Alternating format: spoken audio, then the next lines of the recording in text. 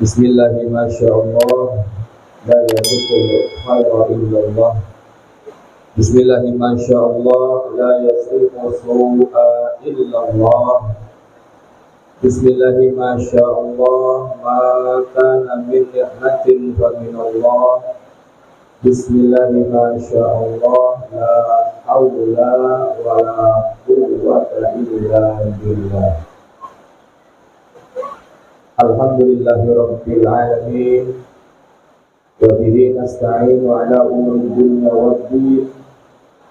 Wassalatu wassalamu ala asyrafil anbiya'i wal mursalin sayyidina wa maulana Muhammadin wa ala alihi wa sahbihi ajma'in, amma ba'd.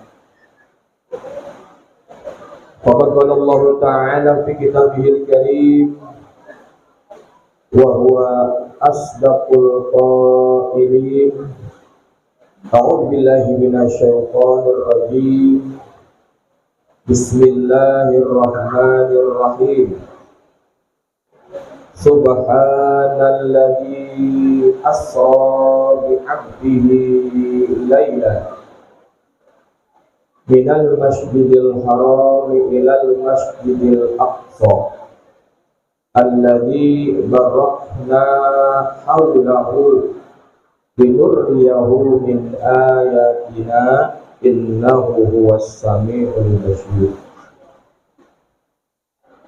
Wa qala nabiyyuna Muhammad sallallahu alaihi wasallam, utlubul ilma walau kana bainahu wa bainaka bahrun minan nar. Shadaqallahul adzim wa shadaqa Rasulullah sallallahu alaihi wasallam.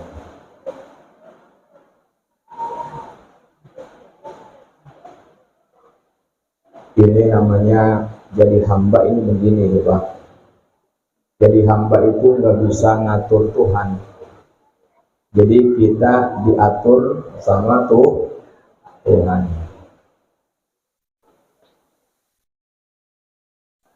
Asya antakrahu syai'an fahuwa khairul lakum.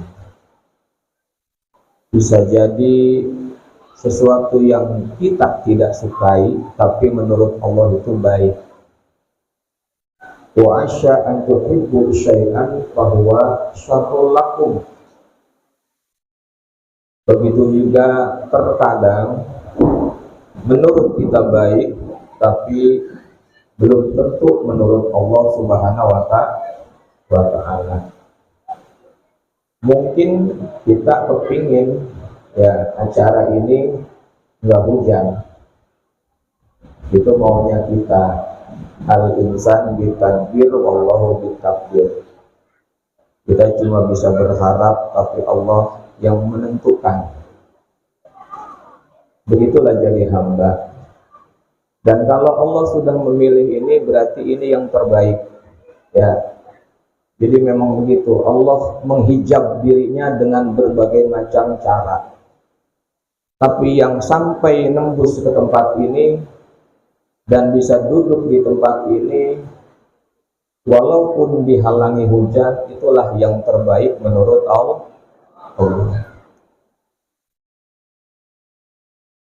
Yang saya hormati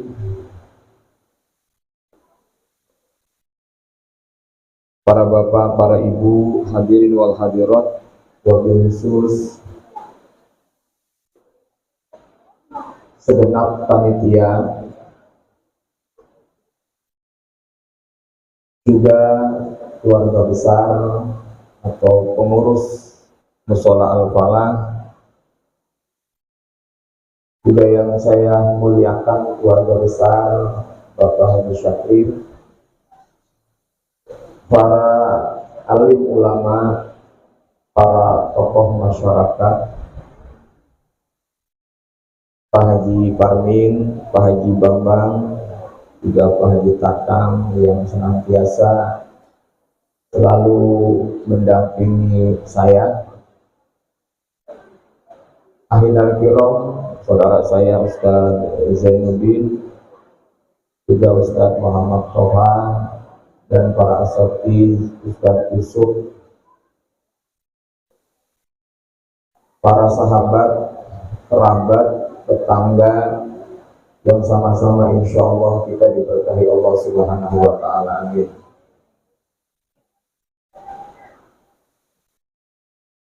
Pertama-tama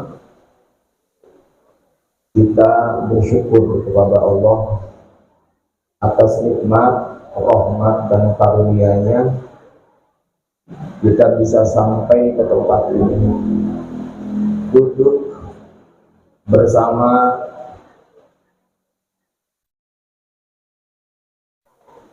untuk melaksanakan salah satu ibadah kepada Allah Subhanahu wa Ta'ala.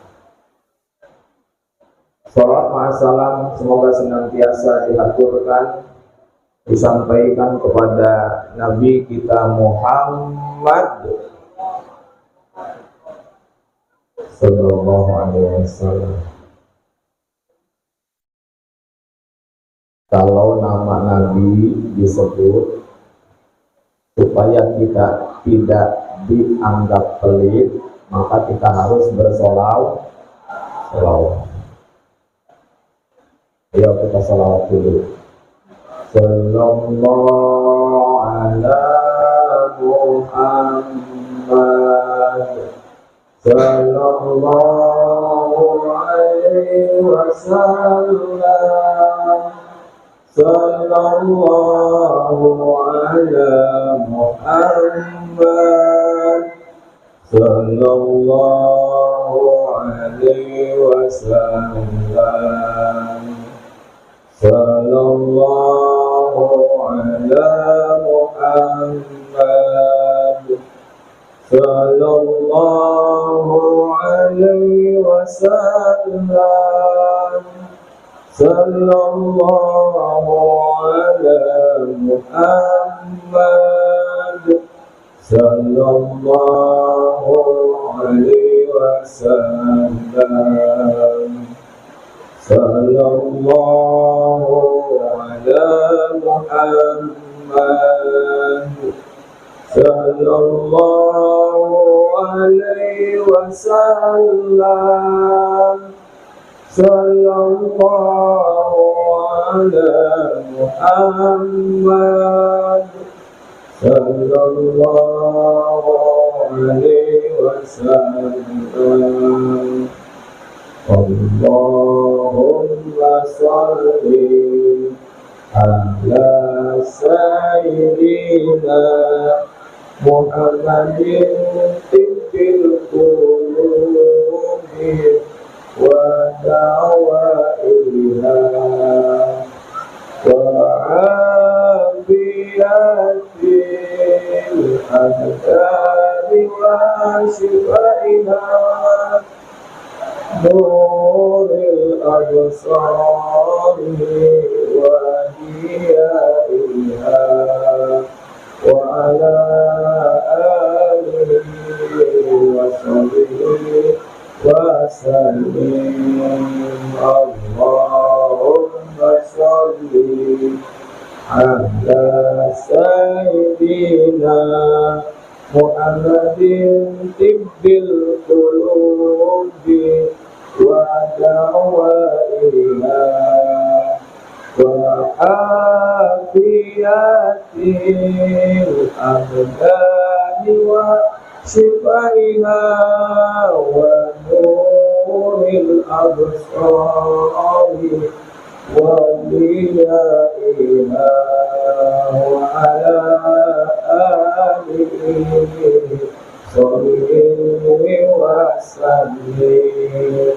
Allahumma salli ala sayyidina Muhammadin tibbil qulubi wa dawaiha wa afiyatil abdani wa shifaiha wa nuril absari وأهديائها وعلى آله وصحبه وسلم. اللهم صل وسلم على سيدنا محمد صاحب البشرى صلاة تبشرنا بها وأهلنا وأولادنا وجميع مسائلنا ومعلمنا وطالبتنا وطالبتنا من يومنا هذا إلى يوم الآخرة. اللهم صل وسلم على سيدنا محمد صاحب البشرى صلاة تبشرنا بها وأهلنا وأولادنا وجميع مسائلنا ومعلمنا وطالبتنا وطالبتنا من يومنا هذا إلى يوم الآخرة.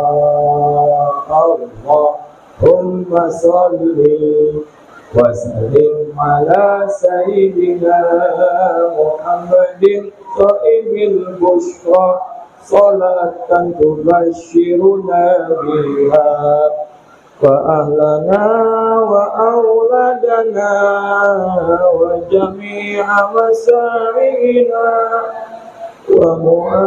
ومعلمينا وطالبتنا وطالبتنا من يومنا هذا إلى يوم الآخرة. من صلى alayya wahidatan sallallahu alaihi asyram. Siapa yang bersolawat kepadaku, kata Nabi, 1 kali, maka Allah akan bersolawat kepada orang itu 10 kali.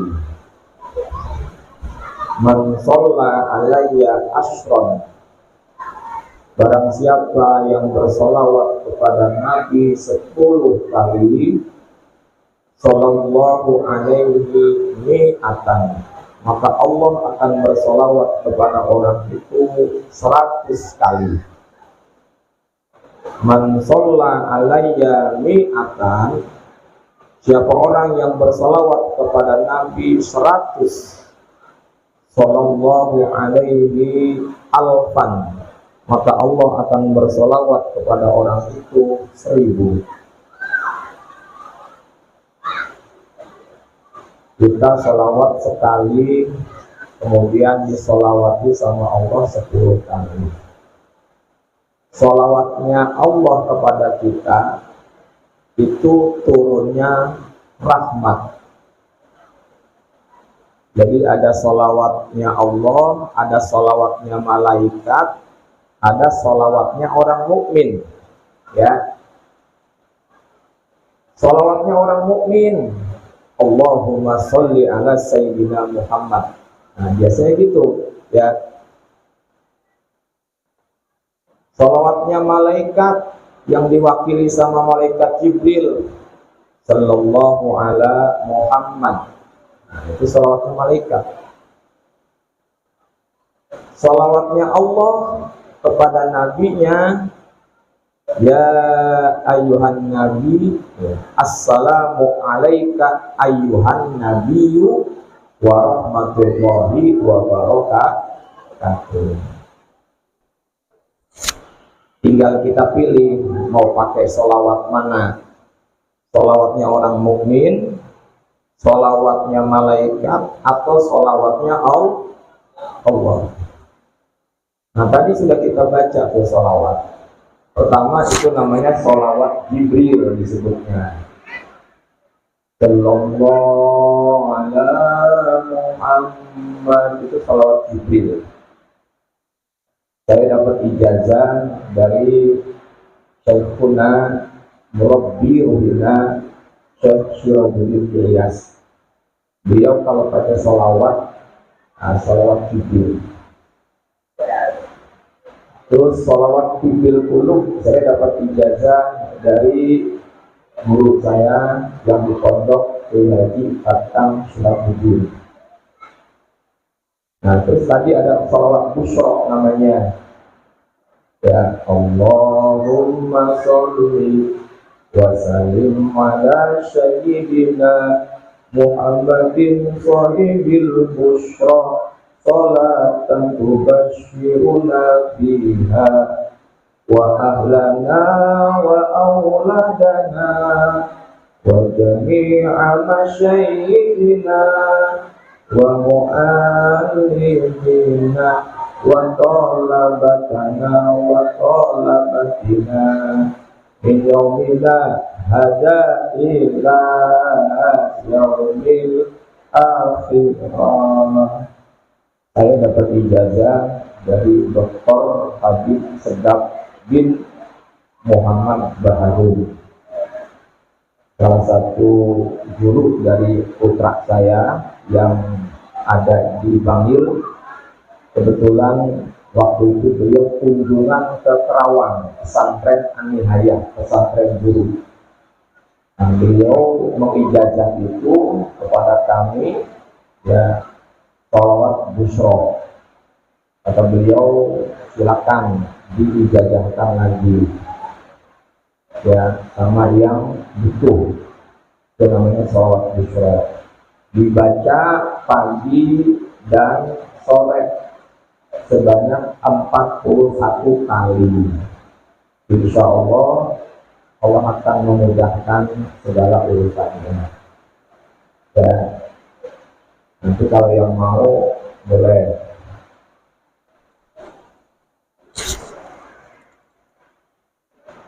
Para bapak, para ibu yang dimuliakan Allah, malam ini kita memperingati Isra Mi'raj Nabi Muhammad Sallallahu Alaihi Wasallam, sekaligus tawakufan pengajian baik bapak-bapak maupun ibu-ibu.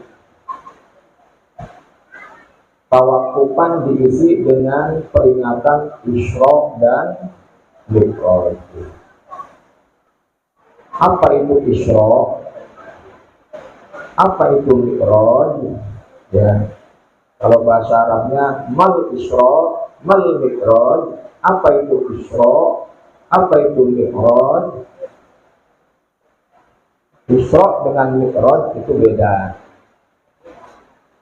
Kalau Isra bahasa Arabnya tawajjuhun Nabi Sallallahu Alaihi Wasallam lailan minal masjidil haram ilal masjidil aqsa. Berangkatnya Nabi, ya, di malam hari dari Masjidil Haram ke Masjidil Aqsa, itu Isra. Kalau Mi'raj, su'udduhu Nabi Sallallahu Alaihi Wasallam ilal alimil ulwi. Naiknya Nabi, ya, naiknya Nabi kita Muhammad Sallallahu Alaihi Wasallam sampai kepada alam yang paling tinggi. Alam yang paling tinggi itu namanya Sidratul Muntaha. Disebut Sidratul Muntaha, namanya tempat yang tertinggi. Mentok, muntaha itu berarti udah mentok. Disebut muntaha, udah mentok. Ya, udah nggak bisa kesana lagi, udah. Paling bisa balik lagi. Makanya Nabi setelah mentok sampai muntaha, balik lagi ke bumi. Ya. Nah, jadi bapak-bapak, ibu-ibu, ngajinya kalau belum nyampe ke Sidratul Muntaha jangan berhenti. Masih jauh ya. Kalau kata guru kita Syekhuna, beliau dapat wejangan dari Rasulullah, bin la takib fi makanin wahidin wala tabtakhir bi darajati. Kamu jangan berhenti di satu tempat dan jangan bangga dengan derajat. Ya, jangan berhenti di satu tempat dan jangan bangga dengan derajat. Walaupun sudah dapat gelar kiai, ajengan, jangan pernah bangga dengan derajat itu. Ya. Terus jangan pernah berhenti ngaji karena belum sampai ke Sidratul Muntaha. Itu jangan Rasulullah kepada guru kita. Nah, jadi Isra Mi'raj itu tadi sudah disampaikan ayatnya oleh akhina Bang Opan ya. Subhanalladzi asra bi 'abdihi lailan minal masjidil harami ilal masjidil aqsa alladzi barokna haulahu linuriyahu min ayatina innahu huwas samiul basir. Subhanalladzi, maha suci zat. Ini kalamnya Allah. Jadi Allah memuji kepada dirinya sendiri. Ini disebut puji qadim ala qadim. Allah memuji kepada zatnya sendiri. Ayat ini turun, asbabun nuzulnya, karena ketika Rasulullah turun dari Sidratul Muntaha ke bumi, disuruh menyampaikan sama Allah. Beliau sampaikan, ngomong sejujur-jujurnya, aku baru saja Mi'raj. Aku baru saja Isra dan Mi'raj. Dari Masjidil Haram ke Masjidil Aqsa sampai ke Sidratul Muntaha. Nabi ngomong karena memang harus disampaikan. Kata orang-orang kafir, kapan itu man? Semalam. Terus pulangnya kapan? Subuh. Nah, ini orang kafir geleng kepala. Apa iya man? Itu Masjidil Haram ke Masjidil Aqsa itu 2000 kilo. Kalau naik onta perjalanan sebulan, pulang pergi 2 bulan. Kok ente bisa menempuh perjalanan dari Masjidil Haram ke Masjidil Aqsa kok bisa semalaman? Udah gitu ngomong naik lagi ke langit. Coba aku pengen bukti, angkat kakimu sebelah. Nabi ngangkat kakinya. Ya. Terus angkat lagi yang sebelahnya. Nabi dikerjain. Kata Nabi, ya nggak bisa. Kalau aku angkat dua-duanya ya jatuh. Kata orang kafir apa? Ya iya. Ngangkat segitu aja nggak bisa. Bagaimana ngaku sampai ke langit? Maka kemudian Allah turunkan ayat itu ya untuk menjawab pertanyaan keraguan orang-orang kafir. Subhanalladzi, ini kalau ilmu nahu namanya syaigat ta'ajub, kagum ya. Kalau sudah bahasa subhanalladzi asyraq, berarti Allah memuji dirinya. Kata Allah, maha suci zat yang telah menjalankan hambanya di sebagian malam dari Masjidil Haram ke Masjidil Aqsa. Berarti ini Isra Mi'raj itu bukan perkara yang ringan. Ini namanya khariqul adat. Khariqul adat itu di luar kebiasaan. Adat itu kebiasaan. Jadi namanya mukjizat, karomah itu di luar kebiasaan, di luar nalar akal kita. Ya, yang bisa membenarkan itu hanya iman. Maka orang kafir yang tidak tersentuh hatinya dengan keimanan kepada Rasulullah nggak percaya, malah ngeledek, ya, nanya terus sampai kemudian Rasulullah, kalau kamu kepingin nanya lebih banyak, sana kepada Sayyidina Ali. Nah, orang itu pergi ke Sayyidina Ali karena penasaran. Sampai ke Sayyidina Ali nanya seperti pertanyaan kepada Rasulullah. Ya, Sayyidina Ali paham Rasulullah mengutus orang ini kepadanya, paham Sayyidina Ali, langsung angkat pedang, ditebas lehernya orang itu.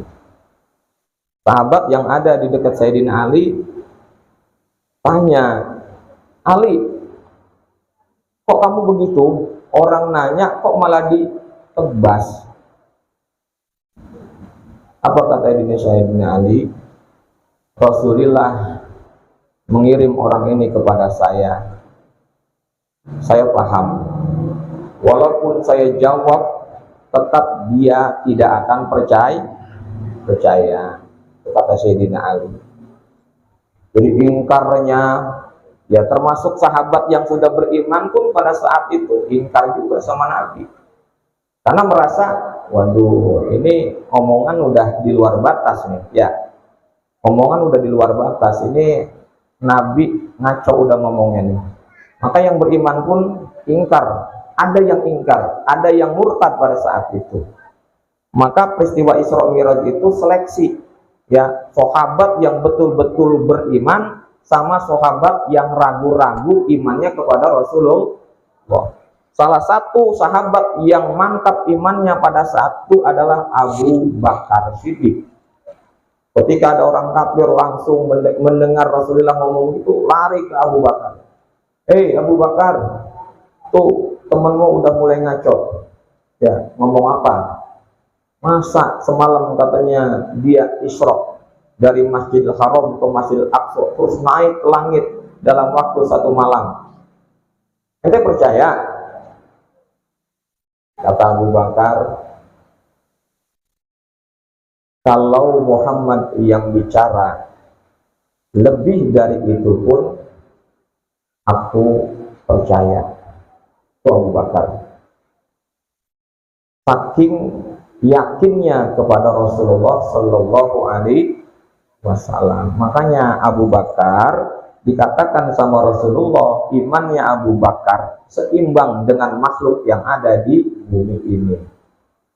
Saking hebatnya imannya Abu Bakar.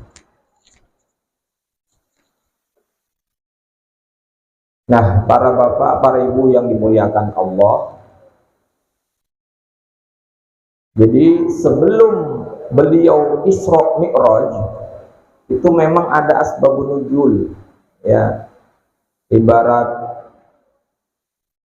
Allah saking sayangnya sama Rasulullah, ketika Rasulullah bersedih dikasih hiburan, ya, dibawa tamasya jalan-jalan. Sebab tahun itu disebutnya tahun kesedihan, Amul Hazan disebutnya. Amul Hazan itu tahun duka cita, karena Rasulullah pada saat itu ditinggal sama istrinya Khadijah, istri yang paling dia cintai, yang sanggup mengorbankan semua hartanya demi perjuangan Rasulullah, meninggal di bulan itu, bulan Ramadan. Sebulan istrinya meninggal, pamannya yang jadi backing beliau yaitu Abu Thalib meninggal juga.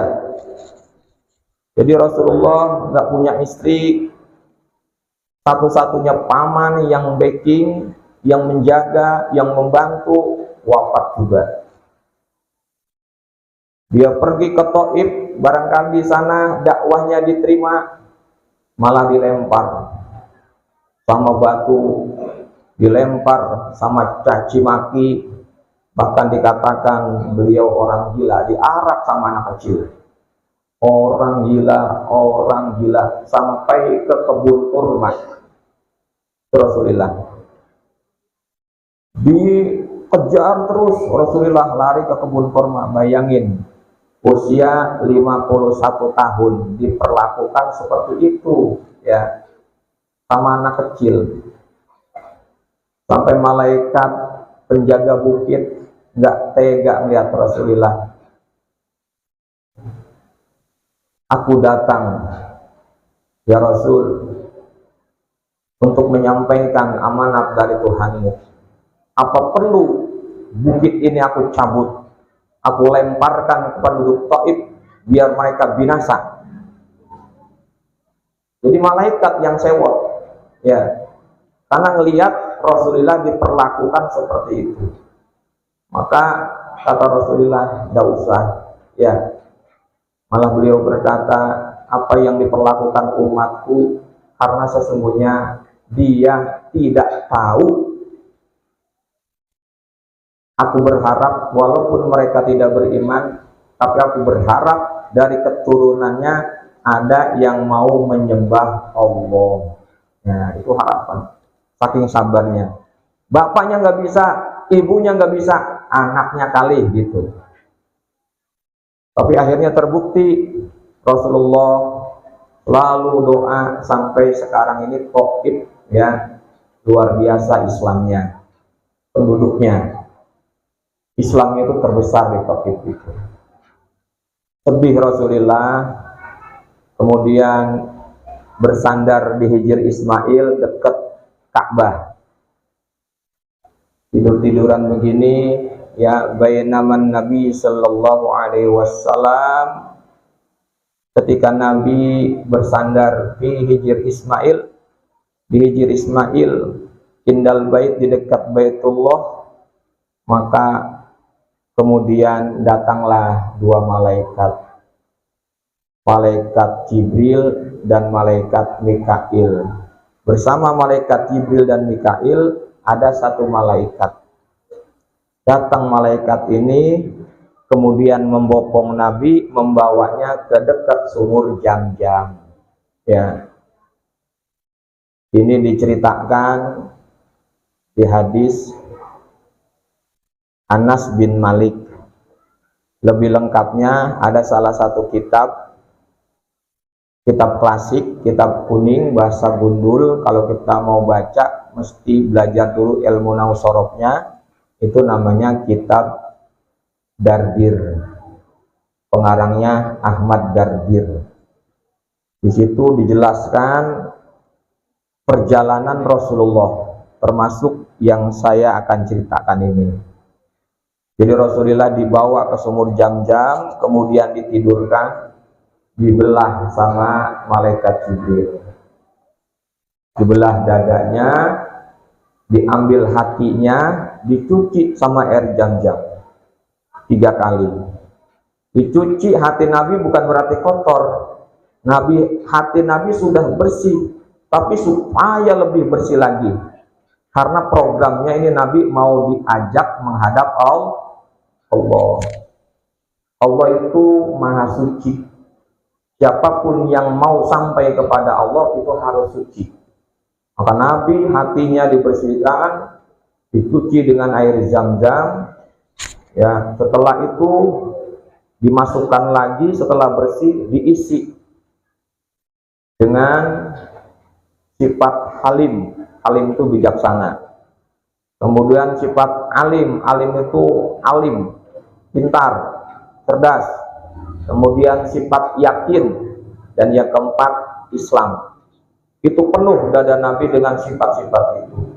Setelah itu Nabi dibawa oleh malaikat Jibril dan Mikail. Diapit malaikat Jibril di kanan, Mikail di kiri. Datang buruk. Nah, itu dalam hadis itu buruk tunggangan Nabi. Warnanya putih, ya, sebesar himar tapi lebih kecil dari bigol. Nabi naik kendaraan itu dalam salah satu hadis yang riwayatnya Anas bin Malik Bukhari, ya. Dibawalah Nabi ke Masjidil Aqsa. Dalam perjalanan sebelum nyampe di tempat, malaikat Jibril menurunkan Rasulullah, turun. Ya, kita berhenti dulu. Muhammad, kamu sholat dulu 2 rakaat di sini. Aku tungguin, kata Jibril. Sholat Nabi 2 rakaat. Setelah itu naik lagi, ya, naik lagi ke atas pura, pergi lagi. Dalam perjalanan Jibril bertanya, wahai Muhammad, tahukah kamu di mana kamu tadi sholat? Kata Rasulullah, enggak, Bril. Sholat kamu tadi itu di Thaibah. Insya Allah nanti kamu akan hijrah ke sini. Thaibah itu nama tempat sebelum Madinah, itu dulu namanya Thaibah. Ya, kata Jibril, insya Allah kamu nanti akan hijrah di sini. Nah, kata malaikat Jibril gitu. Terus nggak lama turun lagi, turun. Kamu sholat dulu 2 rakaat. Ditungguin sama malaikat Jibril, Rasul sholat 2 rakaat. Setelah selesai, naik lagi ke atas punggung buruk, terbang lagi. Nanya Jibril, Muhammad, tahukah kamu di mana kamu tadi sholat? Enggak, Jibril. Kamu tadi sholat di Madian, tempat dulu Nabi Musa berteduh ketika dikejar-kejar Fir'aun. Jadi di situ ada pohon yang rindang. Di kota Madian, dulu Nabi Musa ketika dikejar Fir'aun lari ke Laut Merah, nyebrang Laut Merah, nah, itu berteduh di Madian. Di tempat itu Nabi sholat. Setelah itu naik lagi, berangkat lagi. Nggak lama turun, kata malaikat Jibril. Mat, sholat kamu 2 rakaat di sini. Aku tungguin. Sholat Nabi 2 rakaat. Setelah selesai, berangkat lagi. Jibril nanya lagi, Muhammad, tahukah kamu di mana kamu tadi sholat?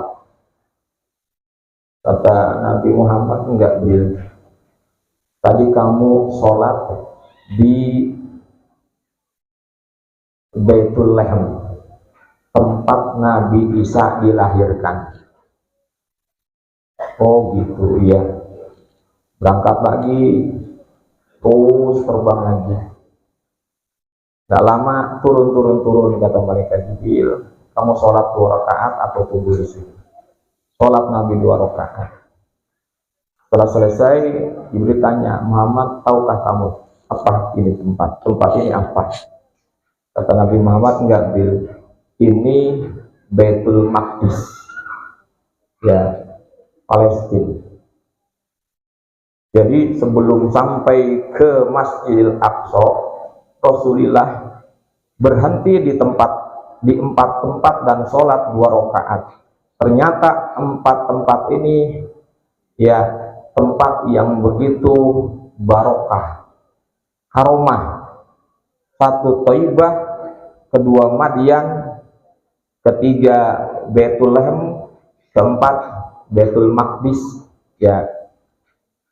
Nah, itulah perjalanan spiritual yang namanya. Jadi sama seperti kita. Kalau kata Nabi, kun ma'allah fa ilam takun ma'aman, kana ma'allah fa innahu yusiluka ilallah. Kamu harus bisa selalu bersama Allah. Kalau belum bisa, cari orang yang sudah kenal Allah. Nanti orang itu yang akan menghubungkan kamu, menyampaikan kamu kepada Allah. Itu kata Rasulullah begitu. Kita nggak bisa sampai kepada Allah tanpa ada yang menuntun. Ya, sholat hanya media cara kita ibadah kepada Allah. Tapi untuk mengenal Allah itu bukan lewat sholat, ya, bukan lewat sholat. Nah, Nabi mengajarkan begitu. Itulah yang kemudian ditiru oleh para ahli sufi, ahli thariqah. Mereka ziarah ke makam-makam wali, ya, sebelum akhirnya ke makam Nabi, sebelum akhirnya kepada Allah. Itu tangganya begitu, ya, ke wali, ke Nabi, baru ke Allah. Ma'awali, ma'arasul, ma'allah. Itu perjalanannya begitu.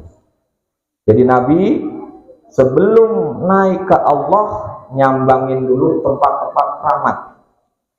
Thaibah, Madyan, Baitul Lahum, kemudian Baitul Maqdis.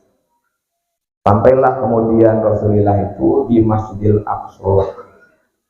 Kemudian Rasulullah masuk, di sana sudah banyak, ya, orang. Ada yang sholatnya rukuk saja, ada yang lagi sujud, ada yang lagi berdiri, macam-macam. Ditanya sama Nabi, Jibril itu siapa? Karena Jibril itu saudaramu, arwahnya para nabi. Jadi ini dalil, ya, bahwa arwah para nabi, arwah para wali diberi kebebasan oleh Allah. Dalam kisah Isra Mi'raj, arwah para nabi itu ikut sholat bersama Rasulullah di Masjidil Aqsa. Ya, Rasulullah kemudian disuruh sama malaikat Jibril, Muhammad, kamu maju, kamu jadi imam. Nah, arwah para nabi, nabi-nabi terdahulu itu jadi makmum. Saking mulianya Nabi kita Muhammad Sallallahu Alaihi Wasallam. Setelah itu, ya, dalam perjalanan dari Masjidil Haram ke Masjid Aqsa itu Rasulullah itu diperlihatkan berbagai macam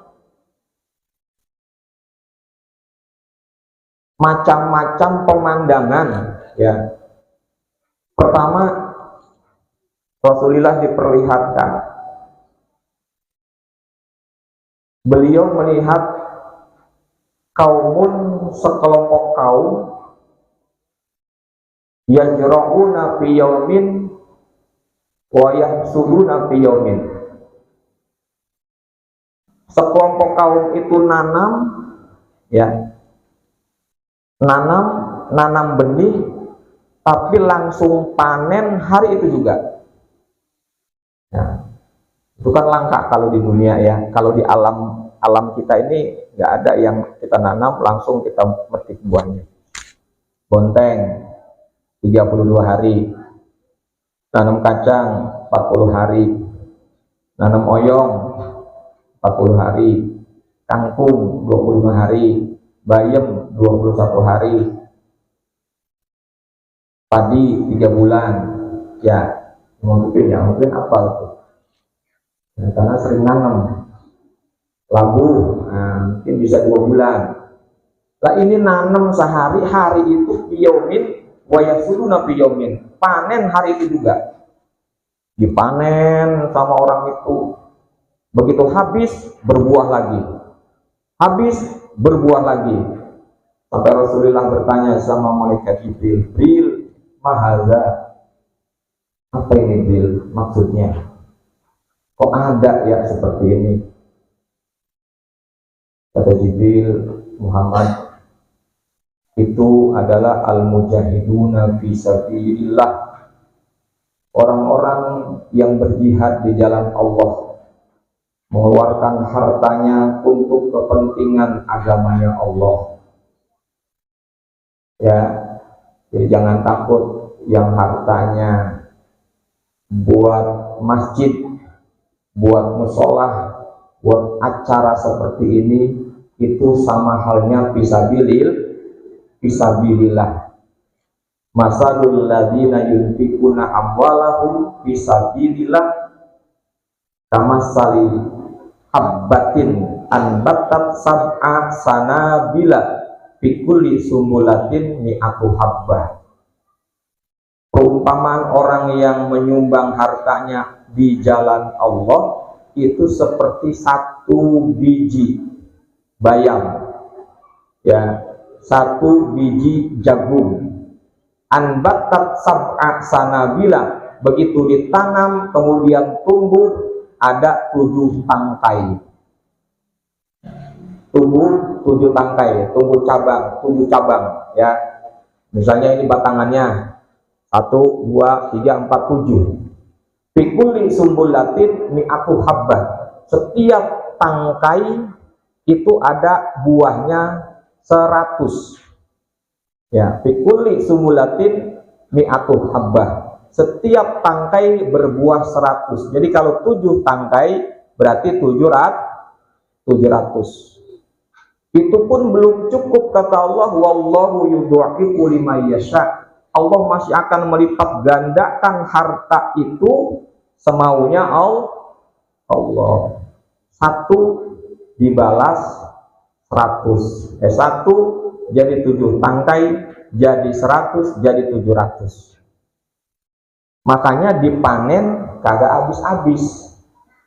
Itu namanya celengan, ya. Kita nanam nih di sini, sodako. Ya, saya misalnya butuh haji, kita mau maulid Isra Mi'raj, siap nyumbang apa? Kata Pak Haji Pamin, ya udah, saya 1 juta, Pak Haji Tatang, saya 1 juta. Haji, ini musola buku keramik misalnya, ya udah, saya 5 juta. Itu namanya fisabilillah. Anbatat sab'a sanabila, akan berbuah bercabang 7, kemudian setiap cabang berbuah 100, berarti 7 kali 100 berarti 700. Makanya dipanen kagak habis-habis. Itu kata Jibril, al-mujahiduna fi sabilillah. Ya, orang-orang yang menginfakkan hartanya di jalan Allah. Udah, terus berangkat lagi, dipertemukan lagi Rasulullah dengan sekelompok kaum yang membentur-benturkan kepalanya sampai pecah, kemudian dijadiin lagi sama Allah, benturin lagi, nggak bosan-bosannya itu benturin, kemudian dijadiin lagi sama Allah. Muhammad tanya, Bil, apa ini Bil? Kok ada orang begini Bil? Kata Jibril, ya, itu alladzina tatasaqqalu ru'usuhum anis sholatil maktubah. Itu Muhammad, orang yang berat, ya, untuk sujud kepada Allah, berat untuk sholat sujud kepada Allah. Jadi tatasaqqalu ru'usuhum, merasa berat kepalanya dibuat sujud kepada Allah. Ternyata menyesalnya nanti, ya. Sekarang nggak terasa, biasa-biasa aja kalau kita nggak sholat. Tapi nanti ternyata orang tuh menyesal, saking menyesalnya benturin kepalanya, pecah kembaliin lagi, pecah kembaliin lagi. Ternyata begitu ditanya, kata Jibril, itu dulu di dunia berat sekali, ya, sujud kepada Allah. Padahal tanda orang dekat dengan Allah itu lewat sujud. Sampai-sampai ada sahabat Rabi'ah ke Rasulullah datang, ya Rasulullah, tolong doain saya supaya nanti saya jadi sahabatmu di surga, jadi temanmu di surga. Apa kata Rasulullah? Ini, ya, min kasrati sujud. Kalau kamu kepingin jadi teman saya di surga, bantu saya banyakin sujud kepada Allah. Sujud, ya, itu sujud kenangan kita yang indah nanti di hadapan Allah. Dah berangkat lagi, ketemu lagi di pinggir jalan ada kayu papan. Ya, ini papan ganggu orang, asal ada orang lewat dilepas sampai pakaian orang sobek. Yang perempuan roknya sobek, laki-laki gamisnya sobek. Ini jahat banget papan di jalan. Sampai kemudian malaikat Jibril, Nabi tanya, ya Jibril, apa ini Jibril? Kata malaikat Jibril, itu Muhammad, nanti umatmu ada yang sering nongkrong di jalan, suka menggangguin orang lewat, apalagi orang yang mau pergi ngaji, pergi ke musola, pergi ke masjid, usil banget mulutnya. Kemudian lo mungkin begitu kali ya. Nah itu, jadi usilnya orang di pinggir jalan, kalau orang lewat itu digambarkan seperti kayu di tengah jalan, kalau orang lewat tuh ngerobek bajunya. Itu kata Jibril, itu orang yang usil nanti dari umatmu. Ya, kalau orang mau ngaji digangguin, kalau orang mau sholat digangguin. Nah itu nanti kayak gitu modelnya. Ya. Terus berangkat lagi, ketemu sama sekelompok laki perempuan. Di depannya itu ada nampan, dua nampan. Satu daging matang, kedua daging mentah yang udah busuk. Anehnya, ini orang makan daging yang busuk. Padahal yang matang itu dilihatnya enak banget kata orang normal. Ya, tapi dia malah makin daging busuk. Ditanya sama Muhammad, ya Jibril, ini apa lagi nih? Kata malaikat Jibril, hum min umatika, ini mereka ini umatmu Muhammad. Mereka sudah dikasih istri yang halal, tapi masih saja pergi ke tempat wanita pelacur. Halal istrinya, tapi cari yang haram. Begitu juga laki-laki. Ibu juga itu istri, sudah punya suami yang halal, malah cari suami orang. Sudah ada yang halal, cari yang haram. Itu nanti ya, itu digambarkan sama Allah, itu nanti sama dengan memakan daging busuk, padahal yang mateng, yang bagus ada, yang busuk dimakani, naudzubillah. Ya, sampai Rasulullah merinding melihatnya. Terus ada lagi, Rasulullah melihat ada orang manggul kayu bakar. Dia udah berat banget dipanggul, tapi masih saja minta ditambahin. Padahal udah gak kuat itu manggul kayu. La yastati'una hamluha, la yastati'u hamluha wa huwa yazidu. Sudah nggak mampu memikul, tapi masih terus minta ditambahin. Kata Rasul, Jibril, ini apa ini Jibril? Kata malaikat Jibril, itu umatmu Muhammad yang dikasih amanah sama orang, mengemban tugas, sebetulnya dia udah nggak mampu, masih saja ya minta lagi jabatan yang lain. Jabatan yang pertama pun dia sebetulnya berat untuk menanggungnya, tapi masih saja kepingin jabatan lain. Kalau zaman sekarang namanya apa? Kalau yang akan, kalau orang udah punya jabatan terus jabat lagi nggak boleh rangkap jabatan ya, biasa dia. Makanya ada sekarang itu aturan nggak boleh rangkap jabatan. Jadi udah ada jabatan amanah yang itu saja mesti kalau dijalankan itu berat, tapi masih saja dia minta amanah yang lain. Itu digambarkan sama seperti orang manggul kayu bakar, udah nggak kuat, masih minta ditumpuk. Nah itu aduh, Rasulullah sampai geleng-geleng kepala. Nah itu perjalanan Rasulullah itu diperlihatkan sama Allah seperti itu.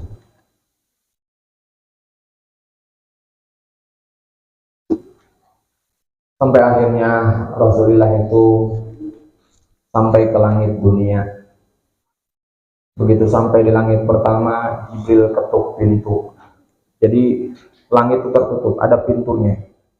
Tok tok tok, kata malaikat penjaga pintu. Siapa kamu? Oh, malaikatnya galak, namanya penjaga. Kata malaikat Jibril, aku Jibril. Siapa yang bersama kamu? Muhammad. Qad ursila, apakah dia diutus? Ya, dia diutus. Baru dibuka. Dibuka. Masuk malaikat Jibril dengan Rasulullah. Di sana Rasulullah melihat seorang laki-laki. Kata Jibril, Muhammad, tahu kenal kamu siapa dia? Enggak. Itu bapak manusia, namanya Adam. Jadi langit pertama Rasulullah ketemu dengan Nabi Adam, dirangkul, kemudian Nabi didoain dengan doa yang baik-baik. Kemudian naik lagi ke langit kedua, ketuk pintu lagi Jibril, karena ditutup. Tok tok tok tok, kata penjaga, man hadza, siapa kamu? Jibril. Terus siapa yang bersama kamu? Muhammad. Apakah dia diutus? Ya, dia diutus. Baru dibuka. Begitu dibuka, masuk, ketemulah dia dengan Nabi Isa, dengan Nabi Yahya bin Zakaria. Dua nabi ketemu dengan Nabi Muhammad, Nabi Isa dan Nabi Yahya di langit kedua. Kemudian Nabi didoain dengan doa yang baik-baik. Setelah itu berangkat lagi naik lagi ke langit ketiga. Ya. Nah terus siapa? Jibril. Siapa yang bersama kamu? Muhammad. Apakah dia diutus? Ya, dia diutus. Baru dibuka. Begitu dibuka, masuk. Ternyata di sana ketemu dengan Nabi Idris. Ya, Nabi Idris. Nabi Idris ada di pintu langit yang ketiga, ditemui sama Rasulullah. Tentu arwahnya ya, bukan jasadnya, ruhnya. Terus naik lagi ke langit keempat, dikunci lagi, ketok sama malaikat Jibril. Tok tok tok tok. Siapa di luar? Jibril. Dengan siapa? Muhammad. Apakah dia diutus? Ya, dia diutus. Baru dibuka. Dibuka, masuk, ketemulah dengan Nabi Yusuf. Ya, dengan Nabi Yusuf. Didoain, kemudian berangkat lagi, naik ke langit yang kelima. Begitu juga, ketok pintu dulu, kan nggak sembarang dibuka. Setelah diketuk pintu, dibuka, barulah masuk, ketemu dengan Nabi Harun, ke langit kelima.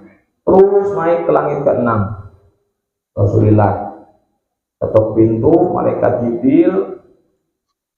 Setelah itu baru dibuka, masuk, ketemu dengan Nabi Musa di langit keenam. Ya. Terus naik lagi langit ketujuh, ini terakhir. Siapa di luar? Jibril. Siapa yang bersama kamu? Muhammad. Apakah dia diutus? Ya, dia diutus. Dibuka. Setelah dibuka, masuk ke langit ketujuh, ketemu di sana malaikat Nabi Ibrahim sedang sandaran. Ya, di dekat pintu Baitul Makmur namanya. Ibrahim sandaran. Ketemulah dengan Nabi Ibrahim. Di situ rangkulan Nabi Muhammad didoain. Ada pesan dari Nabi Ibrahim. Pesan ini kemudian ditulis oleh Syekh Nawawi dalam kitab Kasyifatus Sajjah. Ya, kata Nabi Ibrahim, mur umataka, perintahkan umatmu, faltuksir min girosil jannah, banyak-banyaklah menanam tanaman surga. Kata Ibrahim ini, Kata Nabi Muhammad, apa itu tanaman surga? Kata malaikat Nabi Ibrahim, tanaman surga itu adalah kalimat la haula wala quwwata illa billah. Itu nanti jadi tanaman surga. Itu nanti jadi tanaman surga. Jadi pesannya Nabi Ibrahim kepada Rasulullah, kasih tahu umatmu banyak-banyaklah menanam tanaman surga. Fa inna ardoha thayyibatun wasi'atun, karena buminya, ya, tanahnya nanti itu tanahnya baik dan luas. Jadi kalau nggak ditanamin itu kayak kosong. Maka tanamannya itu adalah kalimat la haula wala quwwata. Baca Bu, ya, baca la haula wala quwwata minimal sehari semalam itu 100 putusan Nabi. Man qala la haula wala quwwata fi kulli yaumin, siapa orang yang mengucapkan la haula wala quwwata setiap hari mi'atan maroh 100 kali, maka kata Nabi lam yushibhu faqrun abada, maka dia tidak akan fakir selamanya. Ya, la haula wala quwwata gampang, tapi itu mengandung makna yang luar biasa. La haula, tidak ada daya untuk bisa meninggalkan maksiat kecuali pertolongan Allah. Wala quwwata, tidak punya kekuatan untuk menjalankan sholat, puasa, zikir, ibadah apapun kecuali pertolongan Allah. Itulah hakikat kita manusia. Tidak ada daya dan tidak ada upaya bisa meninggalkan yang dilarang oleh Allah karena bantuan Allah. Bisa menjalankan apa yang diperintah Allah juga karena bantuan Allah. Itulah kalau dibaca itu akan menjadi kalimat yang luar biasa, akan membuat kita tidak jadi sombong karena kita tahu siapa kita, ya. La haula wala quwwata, baca ijazah, ya, dulu saya ijazah ketika ngaji kasih satu saja, baca 100, jangan enggak baca malam, ya, kalau perlu habis tahajud. Kalau nggak biasa tahajud, sebelum tahajud baca 100 kali la haula wala quwwata, karena itu tanaman surga. Itu dari Nabi Ibrahim ke Rasulullah. Nah, setelah itu sampai ke langit ketujuh, udah naik ke atas, namanya Sidratul Muntaha. Jibril sampai di situ. Muhammad, aku sampai sini saja, aku nggak punya wewenang untuk ke sana. Rok namanya, ya. Maka Rasulullah tuh naik, ditarik sama Allah kalau dalam kisah itu, ya. Karena kalau nggak ditarik tuh nggak bisa, dibetok langsung masuk ke altar ilahiyah namanya, bendera kekuasaan Allah Subhanahu wa Ta'ala. Sama seperti pesawat untuk naik ke bulan itu harus melewati namanya gravitasi. Makanya pesawat yang sanggup melewati itu namanya disebut roket kenceng, ya. Itu harus pakai tenaga yang luar biasa, kalau enggak akan bisa. Maka untuk sampai ke Allah pun kalau enggak bantuan Allah, kita ditarik, enggak akan bisa. Ditarik langsung masuk daerah kekuasaan Allah. Maka disitulah Nabi Muhammad melihat wajah Allah. Saking senangnya Nabi Muhammad berkata, at-tahiyatul mubarakatus sholawatut thayyibatu lillah. Itu perkataan Rasulullah ketika melihat Allah. Maka kemudian dijawab sama Allah, assalamu alaika ayyuhan nabiyyu wa rahmatullah. Jibril, malaikat mendengar, lalu malaikat pun bersaksi, asyhadu an la ilaha illallah wa asyhadu anna Muhammadar Rasulullah. Itu dipakai di sholat. Itu ucapan pertemuan Rasulullah dengan Allah, kemudian dimuat di dalam sholat. At-tahiyatul mubarakatus sholawatut thayyibatu lil. Nah, itu dari Rasul ke Allah. Kemudian Allah berkata, assalamu alaika. Sholawatnya Allah begitu. Assalamu alaika ayyuhan nabiyyu wa rahmatullah wa barakatuh.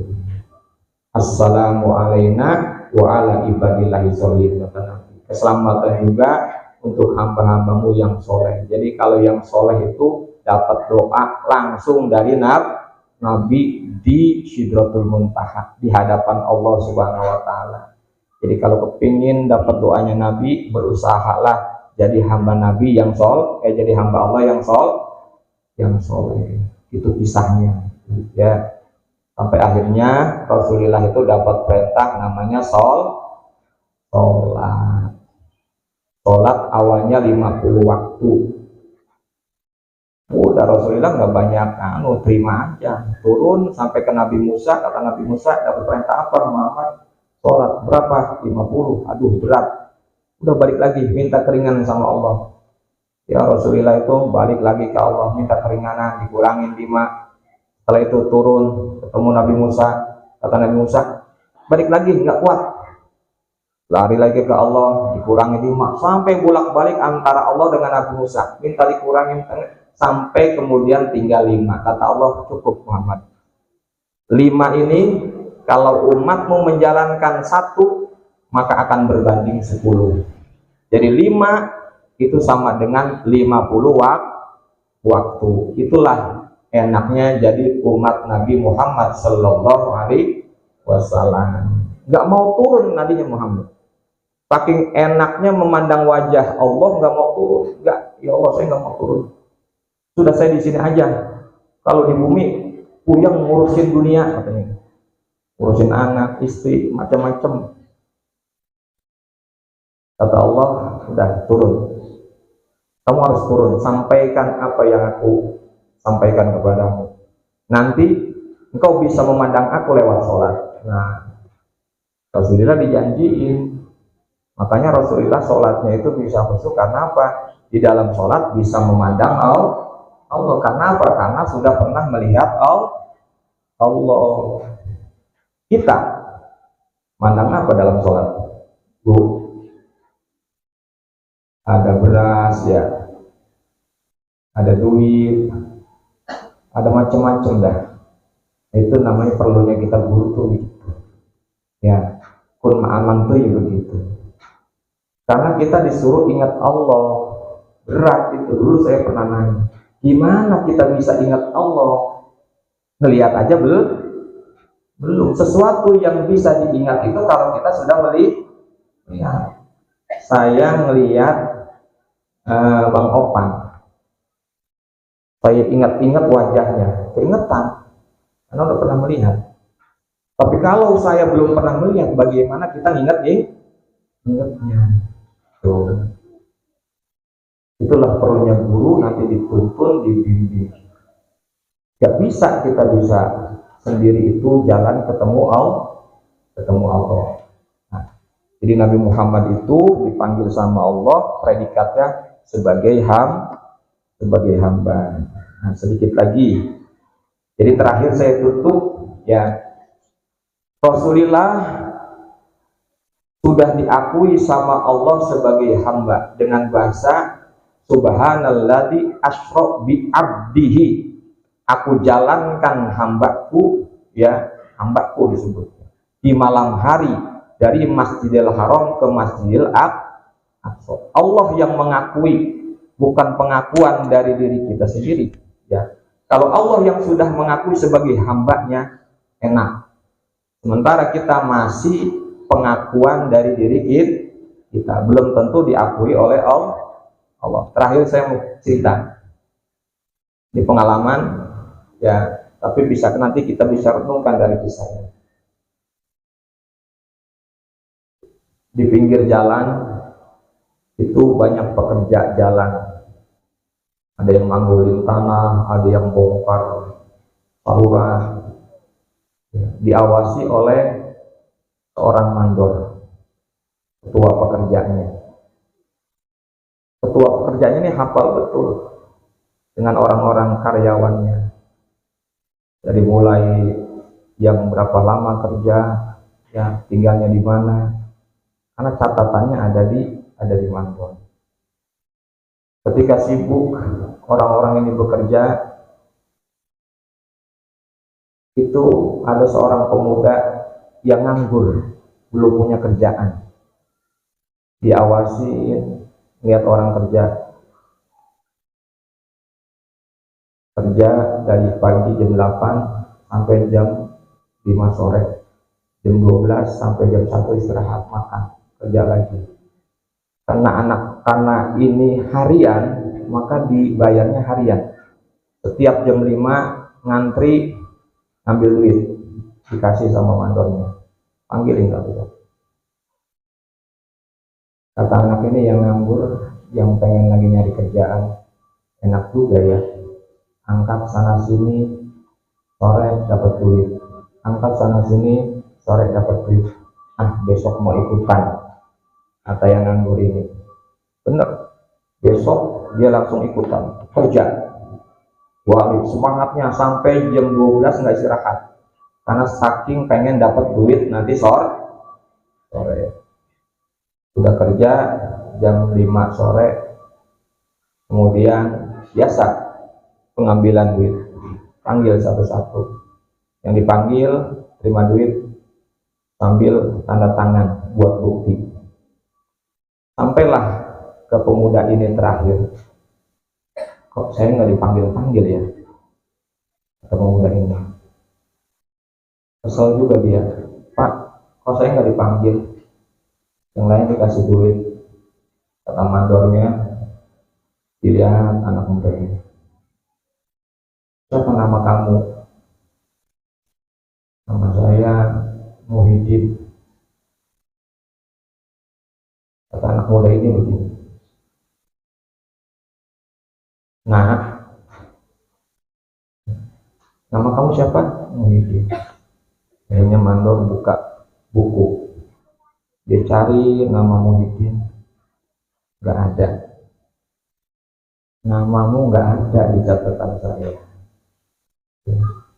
Jadi mohon maaf, bukan saya nggak mau bayar, yang saya bayar itu yang ada di catatan saya, karena saya juga membayar mereka itu amanah dari juragan saya cuma ngasih duit aja. Orang yang bekerja ada catatannya, saya bayar, sementara kamu nggak ada catatannya.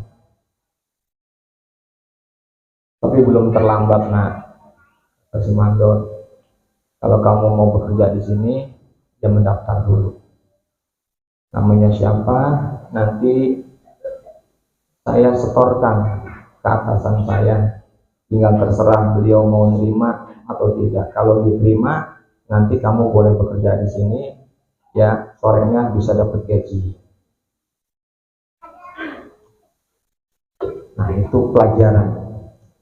Apa yang bisa kita ambil? Lakot karena fi qasasihim ibratun li ulil albab. Setiap cerita itu ada mengandung pelajaran. Artinya begini, kita kepingin duit saja, walaupun kita kerja, kalau nama kita belum terdaftar sebagai pegawai karyawan, tidak akan digaji. Syarat kalau kita kepingin digaji harus mendaftar dulu, ya melamar dulu, mendaftar, nama kita ada, bekerja baru dapat gaji. Jadi ini kaitannya dengan hamba. Begitu juga dengan kita. Kita mungkin baru mengaku-ngaku sebagai hamba Allah. Tapi pernahkah kita sudah mendaftar sebagai hamba Allah? Kalau sudah, kepada siapa kita mendaftar? Ya, ini pengalaman saya. Maka saya dulu dipahamkan, saya harus mendaftar sebagai hamba Allah kepada petugasnya Allah. Ya, saya harus mendaftar sebagai hamba Allah kepada petugasnya Allah supaya nama saya nanti dibawa disetorkan kepada Allah. Ternyata begitu. Setelah saya tercatat sebagai pegawai hamba, ya, sebagai murid dari seorang guru, nama saya dibawa disetorkan kepada Allah, dilaporkan setiap malam, ya, ini ya Allah, tolong jadikan dia sebagai hamba-Mu. Setiap saat itu begitu. Nah, ternyata untuk menjadi hamba Allah kita perlu mendaftarkan diri. Kalau dulu sahabat daftarnya kepada Rasulillah, sahabat mendaftar ke Rasulullah, sampai kemudian al ulama warasatul anbiya, kita daftar siapa? Ke guru. Nama kita nanti yang bawa guru kita disetorkan kepada Allah, disebut satu persatu, ya Allah, di hamba-Mu, ya Allah, nih hamba-Mu, terus gitu. Itu enaknya, ternyata enaknya punya guru tuh begitu. Saya dulu nggak pernah nyadar kalau sampai sejauh itu guru ya menyetorkan nama kita kepada Allah. Tapi terasanya sekarang, ternyata begitu dialamkan, ya memang saya pun harus seperti itu. Jadi setiap nama yang dicatat itu harus selalu dilaporkan kepada Allah. Itu pelajarannya begitu. Jadi seorang yang kepingin mendapatkan uang tidak cukup dengan bekerja. Kalau namanya belum terdaftar, kerja saja tidak akan dapat gaji. Maka beruntunglah orang-orang yang sudah punya guru yang namanya sudah didaftarkan. Maka mudah-mudahan ya sebagaimana Nabi diakui sebagai hambanya Allah. Jadi kalau beramal dapat upah namanya, dapat ajron, dapat sawab, ya, dapat pahala kalau bahasa orang syariat begitu.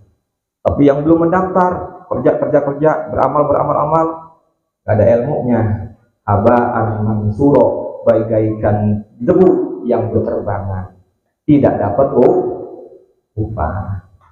Nah, itu pelajaran gitu. Jadi terakhir, Rasulullah diakui oleh Allah sebagai hamba karena Allah sendiri yang mengakui. Maka kita berusaha menjadi hamba tidak berusaha mengatur Tuhannya, tapi kita sebagai hamba orang yang selalu diatur oleh Allah Subhanahu wa taala. Itu perjalanan Isra Mi'raj yang sudah saya ceritakan, walaupun istilahnya secara singkat-singkat, tapi malam ini paling tidak kita sedikit mengerti apa itu Isra, apa itu Mi'raj, ya, Nabi kita Muhammad Sallallahu Alaihi Wasallam. Dan oleh-oleh dari Sidratul Muntaha ketemu Allah, maka oleh-olehnya sholat 5 waktu, maka jangan ditinggalkan. Melalui peringatan Isra Mi'raj ini temanya, ingatlah bahwa Rasulullah, jagalah sholatmu, ingatlah bahwa Rasulullah telah memperjuangkan ibadah ini untuk kita. Peristiwa Isra Mi'raj akan membuat kita sadar terhadap mukjizat yang Allah berikan kepada Nabi Muhammad Sallallahu Alaihi Wasallam. Salat adalah hubungan antara hamba dengan Allah. Kalau tidak salat berarti hubungannya putus. Kata ulama begitu. Maka jaga salat kita, ya, jangan sampai nanti kita menyesal di kemudian hari. Itu saja, karena waktu sudah jam 11 kurang 10 menit. Kiranya apa yang saya sampaikan kiranya baik, silakan diterima. Kalau memang ada yang tidak berkenan, mohon kiranya dibukakan pintu maaf yang seluas-luasnya, ya. Dan insya Allah bulan Ramadan tinggal menghitung hari. Kalau kita dikasih umur panjang sama Allah, sampailah kita kepada bulan Ramadan. Maka sebelum bulan Ramadan datang, saya mengucapkan atas nama pribadi, kemudian keluarga, Mohon kiranya selama ini ketika membimbing, menyampaikan ilmu, ya, atau berkawan, bersahabat, ada kata-kata yang salah, ada kata-kata yang menyinggung, ada kata-kata yang menyakitkan, atau ada tindakan yang tidak mengenakan, maka malam ini saya mohon dibukakan pintu maaf yang sebesar-besarnya. Kira-kira Bapak Ibu dimaafkan, Bu? Alhamdulillah. Ya, terima kasih. Mohon maaf. Begitu juga semuanya ya yang hadir di sini. Kalaupun ada sentuhan hubungan dengan saya yang kira-kira tidak mengenakan, saya sudah jauh-jauh memaafkan. Karena setiap malam saya selalu beristighosah mendoakan man kosoda ilana hasanatan au syai'atan aina makanu al-fatihah. Siapapun yang bermaksud kepada saya, baik itu maksudnya jelek atau baik, ya dimanapun berada, saya doakan dengan Fatihah. Artinya saya tidak ada dendam dengan siapapun. Ya, mudah-mudahan Allah memberikan kita panjang umur, sehat walafiat sampai kepada bulan Ramadan. Al-Fatihah. A'udzubillahi minasyaitonir rajim. Bismillahirrahmanirrahim. Alhamdulillahirabbil alamin arrahmanirrahim maliki yaumiddin. Iyyaka na'budu wa iyyaka nasta'in ihdinas siratal mustaqim siratal ladzina an'amta 'alaihim ghairil maghdubi 'alaihim waladdallin. Wa sallallahu alaihi wa sallam ala sayyidina Muhammadin wa ala alihi wa sahbihi.